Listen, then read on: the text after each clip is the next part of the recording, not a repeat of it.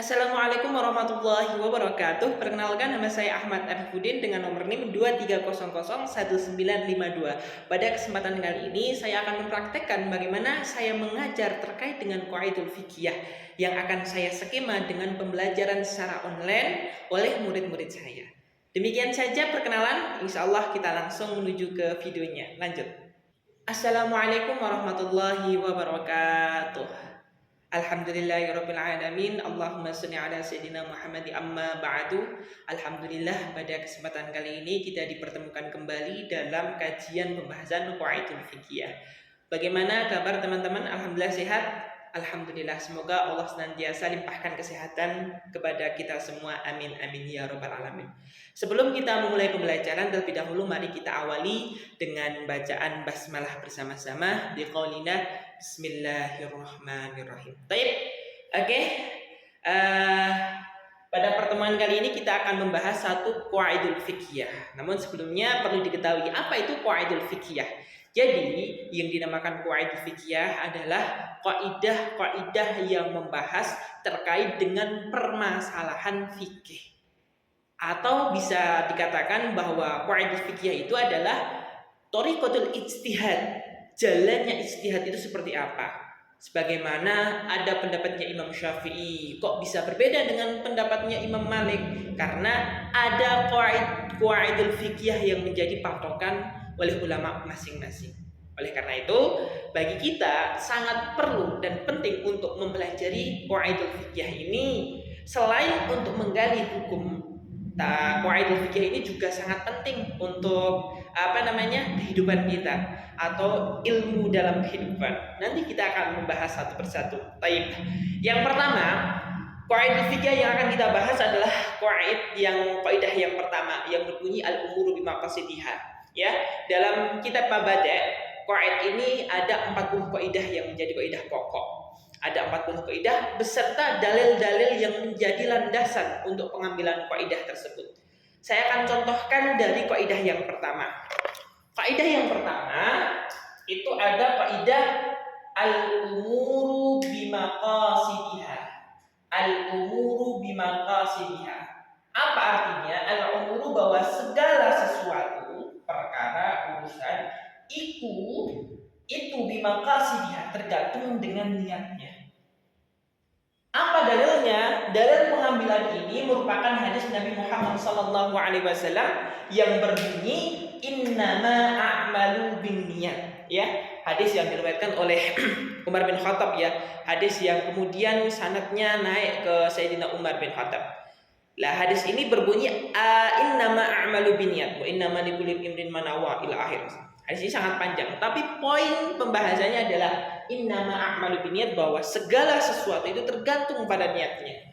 Dari kaidah tersebut atau dari dalil tersebut, dari dalil tersebut muncullah suatu kaidah fikih yang berbunyi al-umuru bimaqasidiha.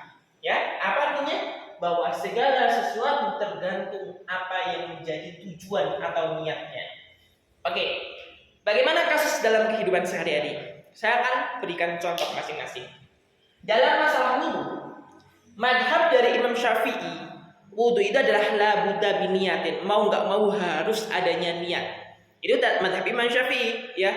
Padahal dalam Al-Quran hanya berbunyi faghsilu wujuhakum ila akhir, ya. Yang kita perintahkan, yang Allah perintahkan itu adalah basuh wajahnya, kemudian tangannya, kemudian rambut, kemudian kaki. Tidak menyertakan niat di situ. Tapi Imam Syafi'i kemudian menjadikan niat itu rukun pertama. Rukun pertama dari wudu yang pertama adalah niat. Atas dalil apa? Innama a'malu binniyat, landasan kaidah al-umuru bimaqasidiha. Apa sih tujuannya niat? Dalam pandangan madhab Imam Syafi'i, niat itu bertujuan dua hal, yaitu adalah tamyizil ibadati bil adati, membedakan antara ibadah dengan adat atau kebiasaan. Contoh, dalam kasus mandi wajib dan mandi untuk mengambil kesegaran saja, itu praktek mandinya sama. Yang membedakan apa? Niatnya, ya. Jadi kalau mandi biasa, ya sudah mandi biasa rata seluruh tubuh. Tapi kalau kita mandi wajib, maka wajib untuk melakukan niat. Nah, itu salah satu fungsi daripada niat. Apa? Membedakan adat dan ibadah. Yang kedua, tujuan daripada niat ketika Imam Syafi'i mengatakan adalah untuk membedakan ibadah satu dengan ibadah yang lain. Contoh, yaitu praktek tayamum. Tayamum untuk wudhu atau untuk sholat, maaf ya, tayamum untuk sholat dengan tayamum untuk membaca Al-Quran itu prakteknya sama. Yang membedakan apa? Niatnya. Jadi kalau kita kok niat tayamum untuk istibahati qiraatil Quran, untuk diperbolehkan untuk membaca Al-Quran, kok kita gunakan untuk sholat, hukumnya tidak diperbolehkan lah ya justru. Paham ya? Karena ada tingkat-tingkatannya. Tapi kalau tayamumnya itu kok tujuannya untuk istibahati sholat, maka boleh kita gunakan untuk membaca Al-Quran. Jadi nanti ada tingkat-tingkatannya ya. Jadi kalau untuk sunnah boleh dilakukan berkali-kali dengan satu tayamum, tapi untuk sholat kefarduan itu hanya satu kali tayamum. Ada ketentuannya dalam mazhab Imam Syafi'i. Baik, oke. Selanjutnya, contoh yang akan kita bahas, contoh yang pertama terkait dengan al-umuru bimaqasidiha, yaitu adalah terkait makan dan minum. Loh, apa hubungannya makan dan minum? Jadi teman-teman, makan dan minum kita bisa dinilai oleh Allah sebagai amal ibadah kalau kita lakukan dengan tujuan agar Allah mempermudah kita dalam menjalankan ibadah. Maka makan dan minum kita akan diganjar oleh Allah Subhanahu wa taala. Apa kaidahnya? Al-umuru bimaqasidiha.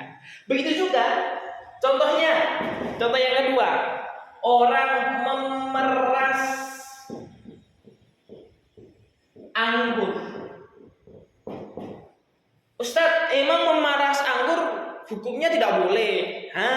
Perlu diketahui, memeras anggur itu lihat dulu tujuannya. Kalau tujuannya untuk membuat cuka, maka hukumnya boleh, sah-sah saja. Tapi kalau memeras anggur tujuannya membuat khamar, maka hukum memerasnya saja ini hukumnya sudah haram. Bisa dipahami ya? Paham ya? Nah, ini yang lebih kompleks. Ada loh, hal yang kelihatannya halal tapi itu bisa haram. Nah, gimana? Contohnya gini. Ada seseorang laki-laki ini tujuannya dah buruk. Tujuannya ingin memperkosa orang. Di jalan yang gelap dia menculik seorang perempuan kemudian diperkosa. Oh, ternyata yang diperkosa itu adalah istrinya. Tapi saat ia memperkosa, yang ia tuju itu dia menganggap itu adalah orang lain. Maka yang dilakukan oleh orang tersebut termasuk hukumnya dosa meskipun sama istrinya. Karena apa? Karena niatnya, tujuannya sudah berbeda. Maka konsekuensinya dia mendapatkan dosa meskipun tidak mendapatkan had ya. Itu tidak had ya, tidak dihad karena di situ ada subhat ya. Jadi begitu juga ada kaidah lain yang mengatakan bahwa al-hududu tasqutu bi subhati. Had itu bisa gugur dengan adanya subhat. Nanti itu adalah pembahasan yang lain. Sekarang kita fokus dalam kaidah al-umuru bimaqasidiha. Baik, paham? Selanjutnya, contoh yang ketiga.